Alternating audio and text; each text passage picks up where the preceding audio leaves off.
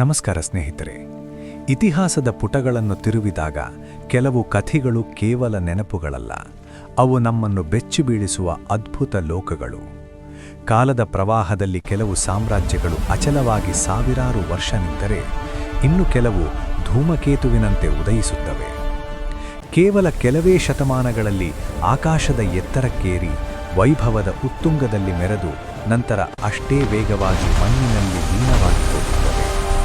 ಇದು ಕೇವಲ ಒಂದು ರಾಜವಂಶದ ಕಥೆಯಲ್ಲ, ಇದು ಅಪ್ರತಿಮ ಶೌರ್ಯ, ಅತೀವ ಸಂಪತ್ತು ಮತ್ತು ಅಂತಿಮವಾಗಿ ಕಣ್ಣೀರಿನಲ್ಲಿ ಅಂತ್ಯಗೊಂಡ ಮೊಘಲ್ ಸಾಮ್ರಾಜ್ಯದ ಮಹೋನ್ನತ ಹಾಗೂ ದುರಂತ ಇತಿಹಾಸ.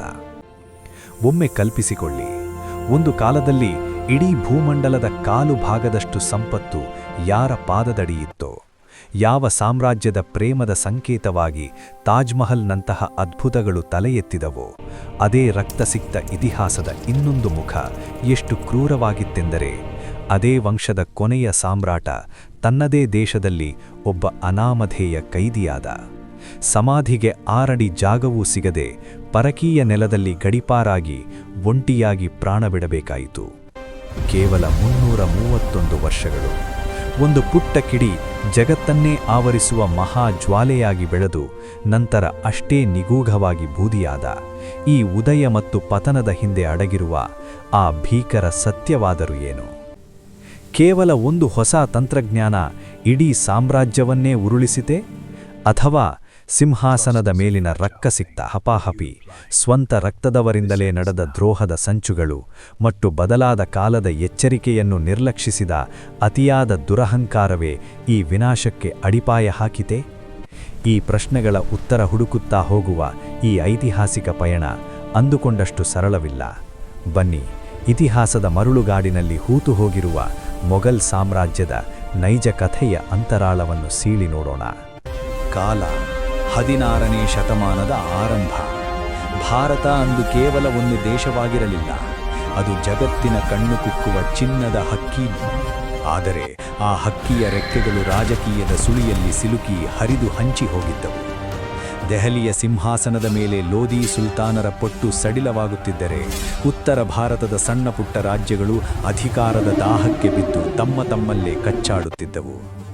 ಈ ಅಸ್ಥಿರತೆಯ ದಟ್ಟ ಮಂಜಿನ ನಡುವೆ ದೂರದ ಮಧ್ಯ ಏಷ್ಯಾದಲ್ಲಿ ತನ್ನದೇ ರಾಜ್ಯವನ್ನು ಕಳೆದುಕೊಂಡು ಅಲೆಮಾರಿಯಂತೆ ಅಲೆಯುತ್ತಿದ್ದ ಒಬ್ಬ ಮಹತ್ವಾಕಾಂಕ್ಷಿಯ ಕಣ್ಣುಗಳು ಭಾರತದ ಮೇಲೆ ಬಿದ್ದವು. ಆ ಕಣ್ಣುಗಳಲ್ಲಿ ಕಳೆದುಕೊಂಡದ್ದನ್ನು ಮರಳಿ ಪಡೆಯುವ ಹಠವಿತ್ತು. ಆ ಕೈಗಳಲ್ಲಿ ಇತಿಹಾಸವನ್ನೇ ಬದಲಿಸುವ ಖಡ್ಗವಿತ್ತು. ಅವನೇ ಝಹೀರುದ್ದೀನ್ ಮುಹಮ್ಮದ್ ಬಾಬರ್. ಬಾಬರ್ ಇವನು ಕೇವಲ ಒಬ್ಬ ವ್ಯಕ್ತಿಯಲ್ಲ, ಇತಿಹಾಸದ ಇಬ್ಬರು ಮಹಾನ್ ದಿಗ್ವಿಜಯಗಳ ರಕ್ತದ ಸಂಗಮ. ಅವನ ಧಮನಿಗಳಲ್ಲಿ ಒಂದು ಕಡೆ ಏಷ್ಯಾವನ್ನು ಆಳಿದ ತೈಮೂರಿನ ತೇಜಸ್ಸಿದ್ದರೆ, ಇನ್ನೊಂದು ಕಡೆ ಇಡೀ ಜಗತ್ತನ್ನೇ ನಡುಗಿಸಿದ ಚಂಗೇಜ್ ಖಾನ್ನ ಕ್ರೌರ್ಯ ಮತ್ತು ಶೌರ್ಯವಿತ್ತು. ಬಾಲ್ಯದಿಂದಲೇ ಅವನ ಕಣ್ಣುಗಳಲ್ಲಿ ಪೂರ್ವಜರ ವೈಭವದ ಸಂಕೇತವಾದ ಸಮರ್ಕಂದನ್ನು ಗೆಲ್ಲುವ ಕಿಚ್ಚಿತ್ತು. ಆದರೆ ವಿಧಿ ಎಂಬುದು ಬರದ ಚಿತ್ರಕಲೆ ಬೇರೆಯೇ ಇತ್ತು. ಸಮರ್ಕಂದ್ನ ಸಿಂಹಾಸನವನ್ನು ಹಲವು ಬಾರಿ ಗೆದ್ದರೂ ಪ್ರತಿ ಬಾರಿಯೂ ಅದು ಮರಳಿನಂತೆ ಕೈಜಾರಿ ಹೋಗುತ್ತಿತ್ತು. ಸೋಲಿನ ಹತಾಶೆ, ಗೆಲುವಿನ ಹಪಾಹಪಿಗಳ ನಡುವೆ ಅಲೆಮಾರಿಯಾದ ಈ ವೀರ ಅಂತಿಮವಾಗಿ ಕಾಬೂಲಿನ ಕಲ್ಲು ಬಂಡೆಗಳ ನಡುವೆ ತನ್ನ ಭವಿಷ್ಯದ ಸಾಮ್ರಾಜ್ಯದ ಮೊದಲ ಬೀಜವನ್ನು ಬಿತ್ತಿದ. ಆದರೆ ಆ ವೀರನ ಹಸಿವು ಅಷ್ಟಕ್ಕೆ ಇಂಗಲಿಲ್ಲ. ಕಾಬೂಲಿನ ಕಲ್ಲು ಬಂಡೆಗಳ ಮೇಲೆ ನಿಂತ ಬಾಬರಿನ ಕಣ್ಣುಗಳು ದೂರದ ಹಿಂದೂಸ್ಥಾನದ ಅಪಾರ ಸಂಪತ್ತಿನ ಮೇಲೆ ನೆಟ್ಟಿದ್ದವು. ಅದೇ ಹೊತ್ತಿಗೆ ದೆಹಲಿಯ ಸಿಂಹಾಸನದ ಬುಡದಲ್ಲಿ ದ್ರೋಹದ ಕಿಡಿ ಹೊತ್ತಿಕೊಂಡಿತ್ತು. ಇಬ್ರಾಹಿಂ ಲೋದಿಯ ಉಕ್ಕಿನ ಮುಷ್ಟಿಯ ಆಡಳಿತದಿಂದ ಬೇಸತ್ತಿದ್ದ ಅವನದೇ ರಕ್ತದ ಸಂಬಂಧಿ ಆಲಂ ಖಾನ್ ಮತ್ತು ಪಂಜಾಬಿನ ಅಧಿಪತಿ ದೌಲತ್ ಖಾನ್ ಲೋದಿ ಸ್ವಂತ ಮಣ್ಣಿನ ಮೇಲೆಯೇ ದಾಳಿ ಮಾಡಲು ಪರಕೀಯನಿಗೆ ಆಮಂತ್ರಣ ಕಳುಹಿಸಿದರು. ಇದು ಬಾಬರ್ ಪಾಲಿಗೆ ಆಕಾಶದಿಂದ ಇಳಿದು ಬಂದ ದೈವಿ ಸಂಕೇತದಂತಿತ್ತು. ಶತ್ರುವಿನ ಮನೆಯೊಳಗಿನ ಬಿರುಕೆ ಬಾಬರ್ ಭಾರತಕ್ಕೆ ಇಟ್ಟ ಮೊದಲ ಹೆಜ್ಜೆಯಾಯಿತು. ಏಪ್ರಿಲ್ 21, 1526.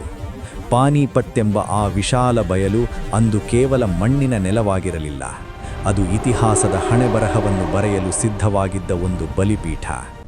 ಒಂದು ಬದಿಯಲ್ಲಿ ಇಬ್ರಾಹಿಂ ಲೋದಿಯ ಬೆಟ್ಟದಷ್ಟು ಬೃಹತ್ ಸೈನ್ಯ, 1,00,000ಕ್ಕೂ ಅಧಿಕ ಸೈನಿಕರ ಆರ್ಭಟ, ಆಕಾಶವನ್ನೇ ಮುಟ್ಟುವಂತೆ ಕಾಣುವ ಸಾವಿರಾರು ಆನೆಗಳ ಘರ್ಜನೆ.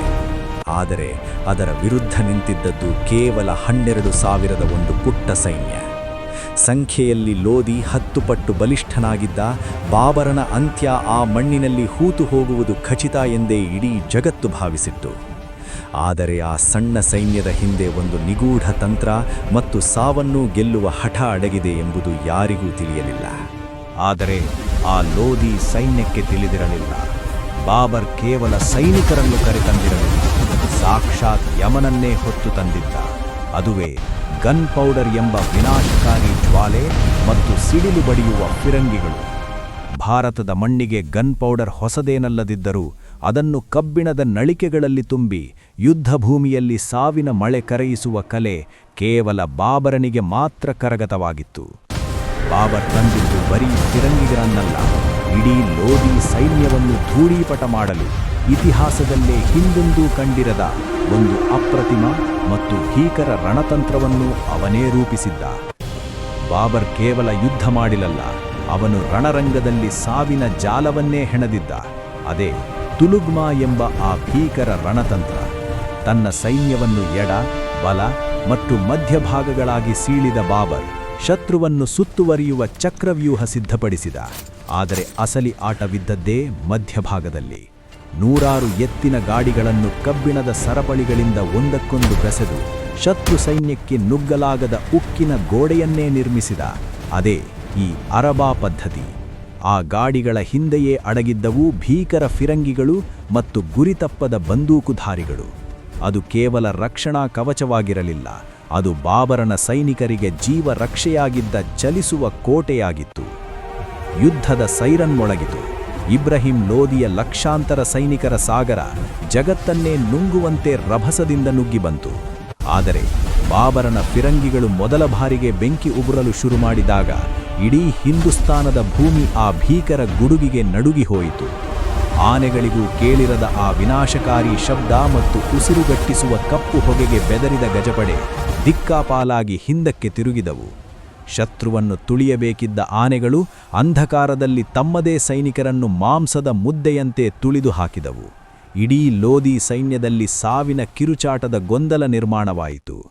ಇದನ್ನೇ ಕಾಯುತ್ತಿದ್ದ ಬಾಬರನ ಮಿಂಚಿನ ವೇಗದ ಅಶ್ವದಳ ಗಾಳಿಯಂತೆ ನುಗ್ಗಿ ಲೋದಿಯ ಬೃಹತ್ ಸೈನ್ಯವನ್ನು ಹಿಂಬದಿಯಿಂದ ಮರಣವ್ಯೂಹದಂತೆ ಸುತ್ತುವರೆಯಿತು.